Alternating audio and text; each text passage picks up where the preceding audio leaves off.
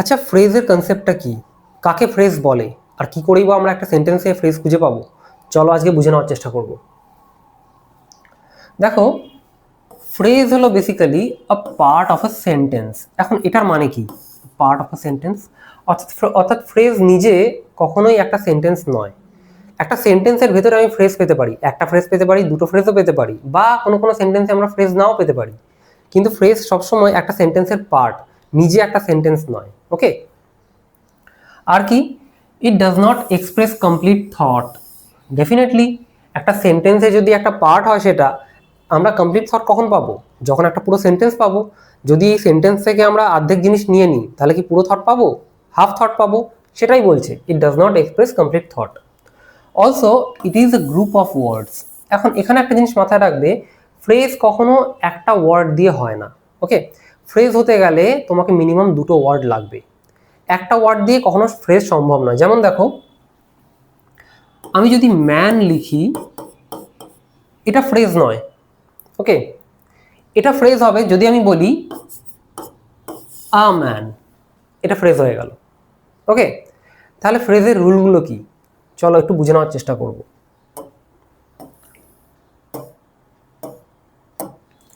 দেখো, ফ্রেজ হলো basically no subject plus verb. অর্থাৎ একটা সেন্টেন্সে সাবজেক্ট ভার্ব কম্বিনেশন তুমি পাবে না। বেসিক্যালি সেন্টেন্স কি দিয়ে তৈরি হয়? সাবজেক্ট ভার্ব দিয়ে তৈরি হয় বেসিক্যালি।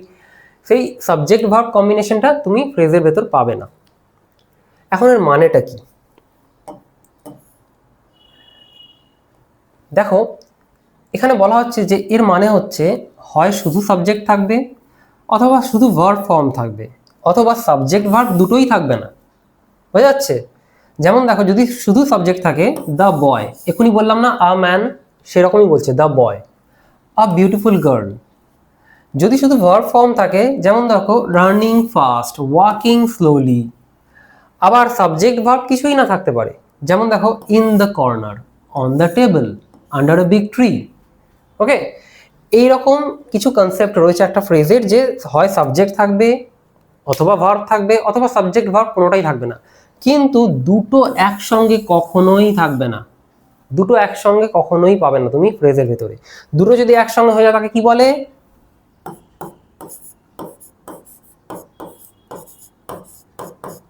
তাকে ক্লজ বলে। ওকে, ক্লজ আমরা পড়বো, এখন আগে ফ্রেজের কনসেপ্টটা নিই। এইটুকু মাথায় রেখে দাও, ফ্রেজের ভেতরে তুমি সাবজেক্ট ভার্ব দুটো একসঙ্গে কখনোই পাবে না, ইম্পসিবল। ওকে, আচ্ছা চলো এবার দেখো কিছু স্পেশাল রুল আমরা দেখে নিই ফ্রেজের। আচ্ছা, এখানে দেখো, আমরা এক্ষুনি পড়লাম না, হয়তো খেয়াল করোনি। দেখো, আমরা পড়লাম ভার্ব ফর্ম, শুধু ভার্ব কিন্তু বলেনি, ভার্ব ফর্ম। এখন সেই ভার্ব ফর্মটা কি?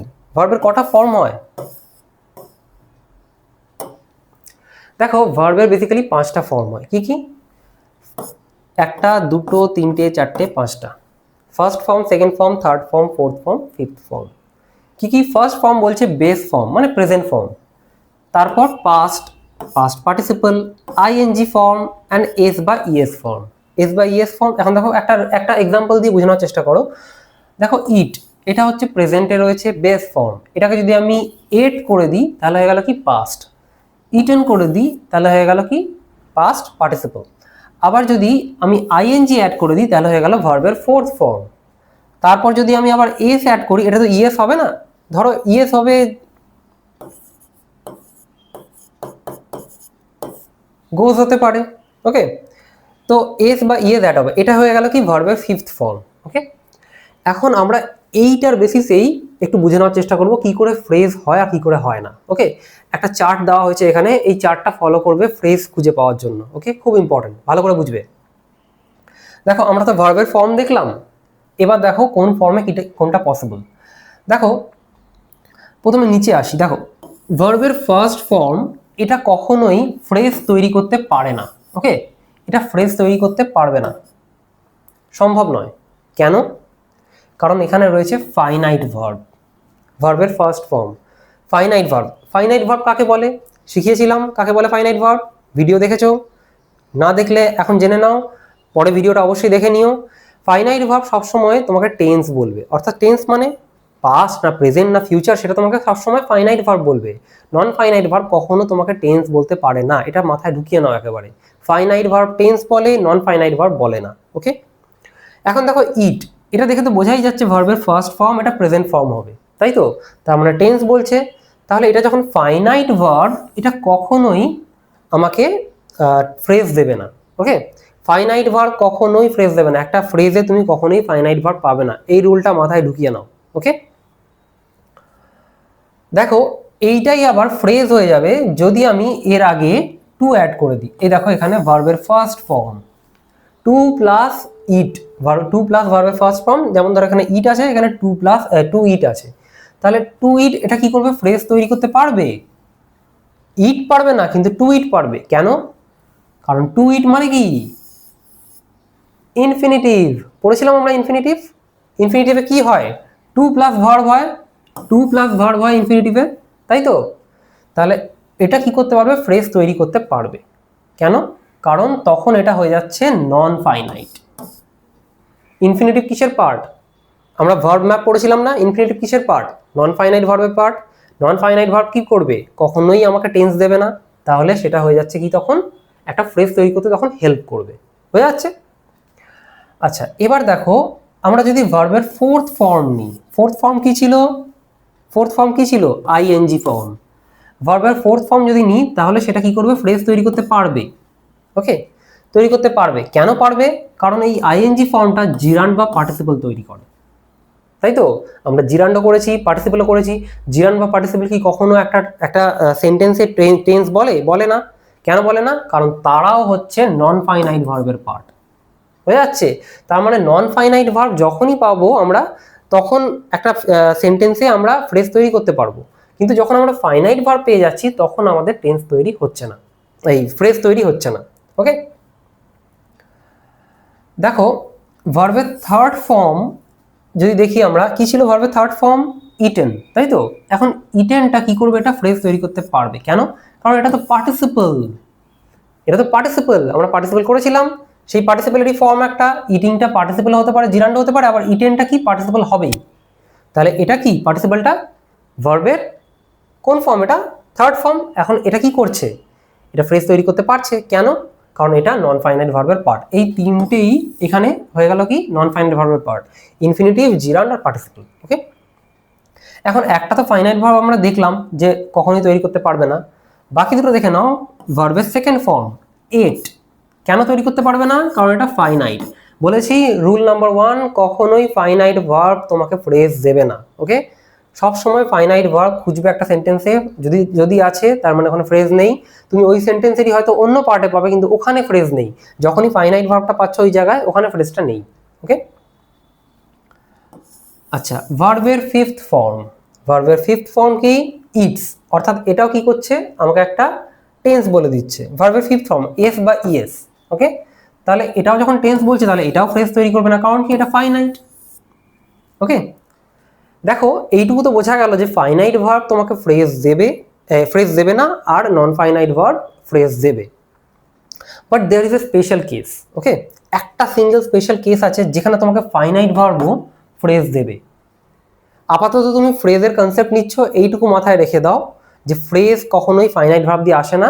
একটা স্পেশাল কেস আছে, সেটা আমরা পরে শিখছি, কিন্তু এইটুকু মাথায় রেখে দাও, ফাইনাইট ভার্ব কখনো ফ্রেজ তৈরি করতে পারে না। ওকে, চলো এই রুলটা বুঝে নেওয়ার চেষ্টা করবে ভালো করে, বারবার দেখে। এই রুল দিয়ে তোমার বেসিক ফ্রেজের যা কনসেপ্ট রয়েছে এই রুলটা দিয়ে তোমার ক্লিয়ার হয়ে যাবে। ওকে, চলো। ওকে, দেখো phrase always act like one single unit. Absolutely, তুমি যখন গ্রুপ অফ ওয়ার্ডটা পাচ্ছ, তুমি একটা সেন্টেন্স থেকে কখনো যে কোনো একটা ওয়ার্ডকে কেটে নিতে পারবে না। এই ওয়ার্ডটা আমার মনে হচ্ছে যে এটা ফ্রেজ, তো এটাকে কেটে বাদ দিয়ে দিতে, এটা ফ্রেজ হয়ে গেল না, এরকম নয়। ফ্রেজ সবসময় এমন গ্রুপ অফ ওয়ার্ড হবে যেটার মধ্যে তুমি ফাইনাইট ভার্বও পাবে না, আর যেখানে কি হবে, তুমি ওয়ান সিঙ্গেল ইউনিট মানে অর্থাৎ একটা নির্দিষ্ট তোমাকে মিনিং দাঁড়াবে ওই গ্রুপ অফ ওয়ার্ডটার। ওকে, যেমন দেখো এখানে ছিল তো, আচ্ছা দেখো concept of phrase, concept of phrase, এই যে ওয়ার্ডটা গ্রুপ অফ ওয়ার্ডটা রয়েছে এটা কিছুটা মিনিং দাঁড়াচ্ছে তো। এখানে কি কোনো ফাইনাইট ভার্ব আছে? নেই তো। তাহলে এটা একটা মিনিং দাঁড়াচ্ছে, এখানে কোনো ফাইনাইট ভার্ব নেই। তাহলে কনসেপ্ট অফ ফ্রেজ এই কথাটা itself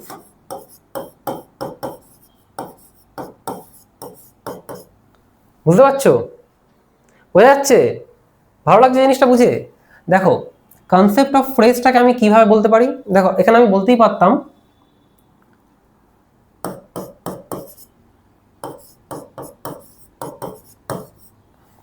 concept of phrase is easy, যদি বলতাম তাহলে কি হতো? তাহলে এটা কি হতো? সাবজেক্ট হয়ে যেত, তাই তো? তো সাবজেক্ট হয়ে যাচ্ছে এখন, তার মানে কি হিসেবে ফর্ম করছে ও? ন্যাচারালি এটা একটা গ্রুপ অফ ওয়ার্ডই বোঝাচ্ছে, তবেই না এটা একটা সাবজেক্ট। এইটাই তো ইজি বলছে, তাই তো? তাহলে এটা নিজেই তো একটা গ্রুপ অফ ওয়ার্ড, সাবজেক্ট হিসেবে কাজ করছে তখন। তাহলে এইভাবে আমাকে বুঝতে হবে কোনটা গ্রুপ অফ ওয়ার্ড কোনটা নয়। এখানে আমার ফাইনাইট ভার্ব নেই, এখানে আমার একটা মিনিং বোঝাচ্ছে, আর একটা ওয়ান সিঙ্গেল ইউনিট এটা বোঝা যাচ্ছে, তবেই না একটা মিনিংফুল ওয়ার্ড দিচ্ছে, তাই তো? তাহলে সেটাই হয়ে যাচ্ছে ফ্রেজ। বুঝতে পারছো? চলো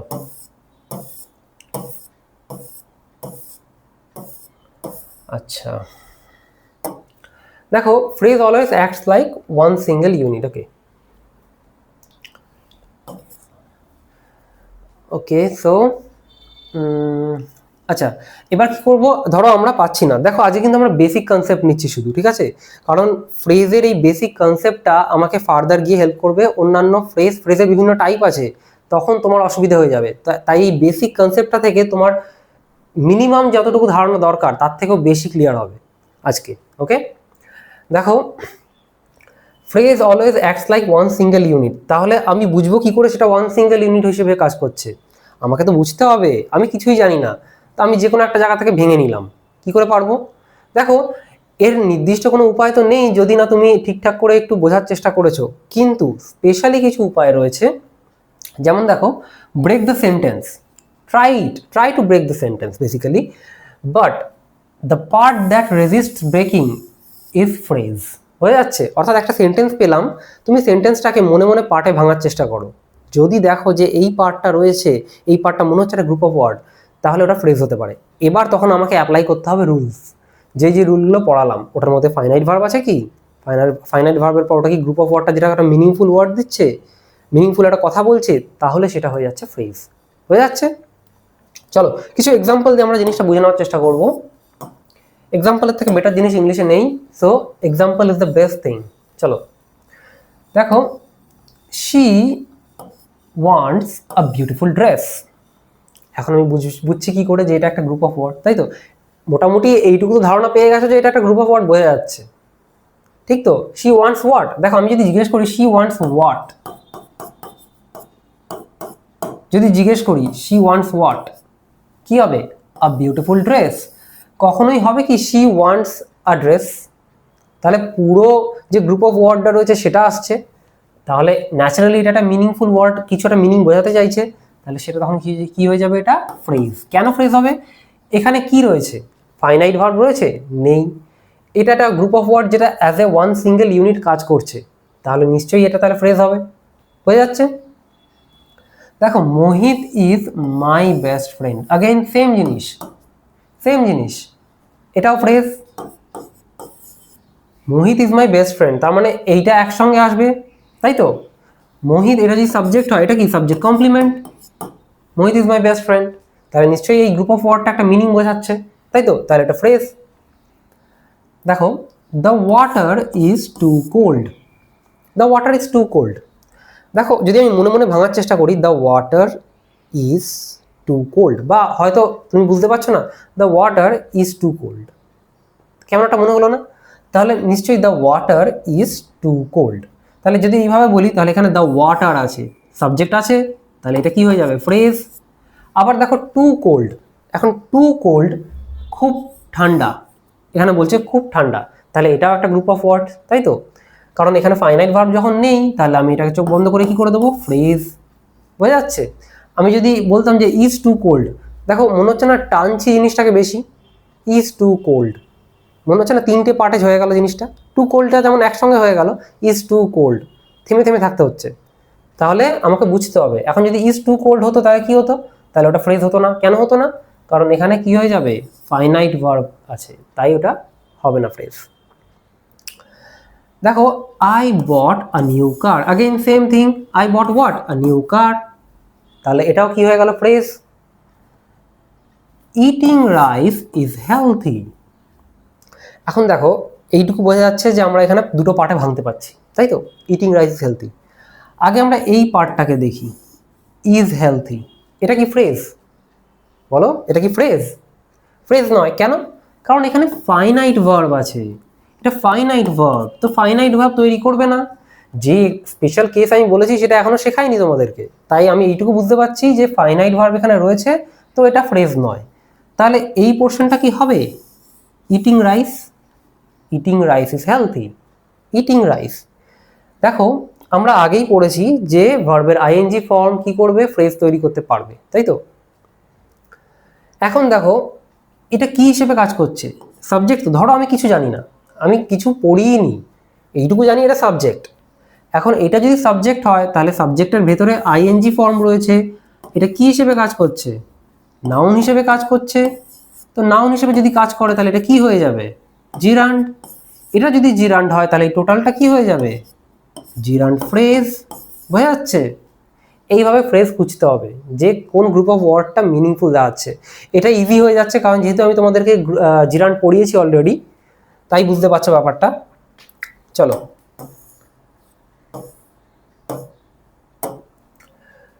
তুষার ইজ গুড অ্যাট প্লেইং। দেখো এইটা তো একসঙ্গে বোঝাই যাচ্ছে, তুষার ইজ গুড, তাই তো, তুষার ইজ গুড বোঝা যাচ্ছে। তাহলে এখানে অ্যাট প্লেইংটাও মনে হচ্ছে একসঙ্গে আছে, একটা গ্রুপ অফ ওয়ার্ড, খেলাতে খুব ভালো, খেলাতে, তাহলে নিশ্চয়ই ওটা একসঙ্গেই বোঝাচ্ছে, খেলতে, ও খেলতে খুব, খেলাধুলাতে খুবই ভালো। তাহলে প্লেয়িং, অ্যাট প্লেয়িং, তাহলে এটা কি হয়ে যাবে, ফ্রেজ। এখন কেন ফ্রেজ হবে, দেখো একটা রুল আছে যেখানে বলা হচ্ছে যে প্রিপোজিশনের পরে তুমি যদি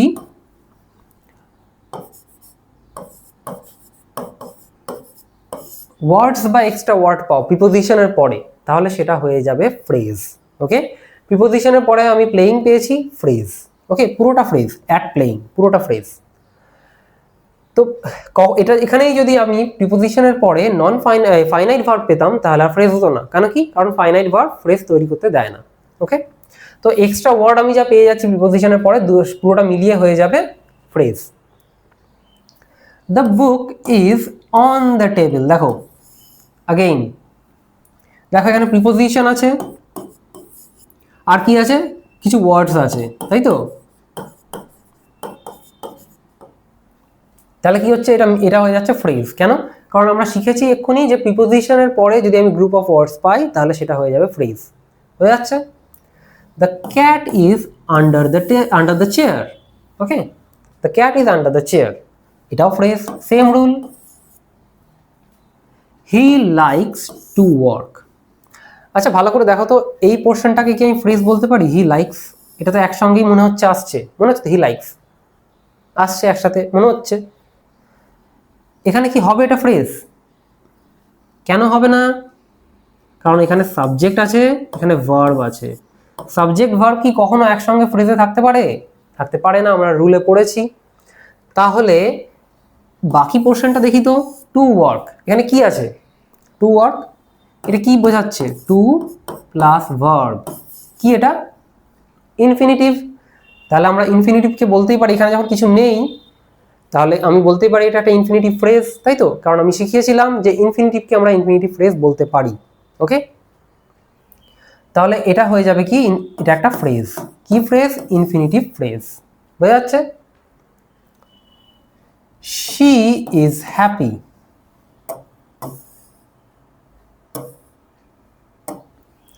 শি ইজ হ্যাপি। আচ্ছা এখানে ফ্রেজ কোথায়, কোনটা ফ্রেজ? আমি যদি শি ইজটা নিই, ভালো করে বুঝবে, আমি যদি শি ইজটা নিই, এটা কি ফ্রেজ হবে? হবে না তো। কেন হবে না? কারণ এখানে সাবজেক্ট আছে, ভার্ব আছে, তো সাবজেক্ট ভার্ব দুটো মিলিয়ে কখনো ফ্রেজ হতে পারে না, তাহলে এটা হয়ে গেল। আচ্ছা, যদি আমি এই পোর্শনটাকে বলি ইজ হ্যাপি, এইটুকুটা বলি যদি ইজ হ্যাপি, তাহলে এটা কি ফ্রেজ হবে? হচ্ছে না, কারণ আগেইন এখানে একটা ফাইনাইট ভার্ব পেয়ে যাচ্ছি আমরা। তার মানে কি দাঁড়াচ্ছে, এই সেন্টেন্সে কোনো ফ্রেজ নেই, কোনো ফ্রেজ নেই এই সেন্টেন্সে। অর্থাৎ ফ্রেজ ছাড়াও একটা সেন্টেন্স তৈরি হয়, পসিবল সেটা।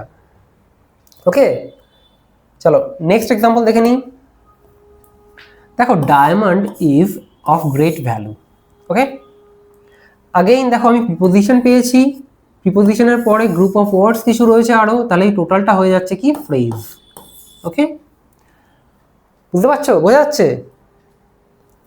She is very happy. এবার দেখো, এবার দেখো, দেখো এখানে আমরা বললাম না শি ইজ হ্যাপি, এখানে কোনো আমরা কি পেলাম না, ফ্রেজ কিচ্ছু পাইনি। বাট এখানে যখন বলছি আমি শি ইজ ভেরি হ্যাপি, এখানে দেখো গ্রুপ অফ ওয়ার্ড, খুব খুশি, একটা মিনিং বোঝাচ্ছে, একটা গ্রুপ অফ ওয়ার্ড যেটা কোনো মিনিং আছে, কোনো ফাইনাইট ভার্ব নেই, তাই তো, একটা ওয়ান সিঙ্গেল ইউনিট হিসেবে কাজ করছে, তখন সেটা হয়ে যাবে কি ফ্রেজ। বুঝতে পারছো? এইভাবে বুঝতে হবে ফ্রেজকে। She ate chicken. Okay, she ate chicken. এখন দেখো তো, আমি তো এইটুকু বুঝে গেলাম সাবজেক্ট ভার্ব একসঙ্গে থাকলে হবে না, সেখানে ফ্রেজ হবে না, তাই তো। তাহলে আমি এই পোর্শনটাকে নিই, তাহলে কি ফ্রেজ হবে? এট চিকেন হতেই তো পারে, এট চিকেন হবে না, কেন? এখানে কি আছে, ফাইনাইট ভার্ব। এটা কি বলছে, পাস্ট বলছে, মানে টেন্স বলছে। টেন্স বলছে মানে কি, টেন্স যখনই বলছে তার মানে কি, ওটা ফাইনাইট ভার্ব। তো ফাইনাইট ভার্ব যখনই হবে তখনই আমি কি করব, ওখানে ফ্রেজ হবে না, তার মানে এখানেও ফ্রেজ নেই। বোঝা যাচ্ছে? তো এইভাবে ফ্রেজ খুঁজতে হবে। দেখো, একটা ক্লাসে তোমাকে ফ্রেজ এইভাবে বুঝিয়ে দেওয়া সম্ভব নয়, ফ্রেজের আরো অনেক ক্লাস লাগবে, কিন্তু বেসিক তোমাকে যতটা বোঝানোর ফ্রেজের, এই এই ক্লাসে তোমাকে মোটামুটি বুঝিয়ে দেওয়া হয়ে গেছে।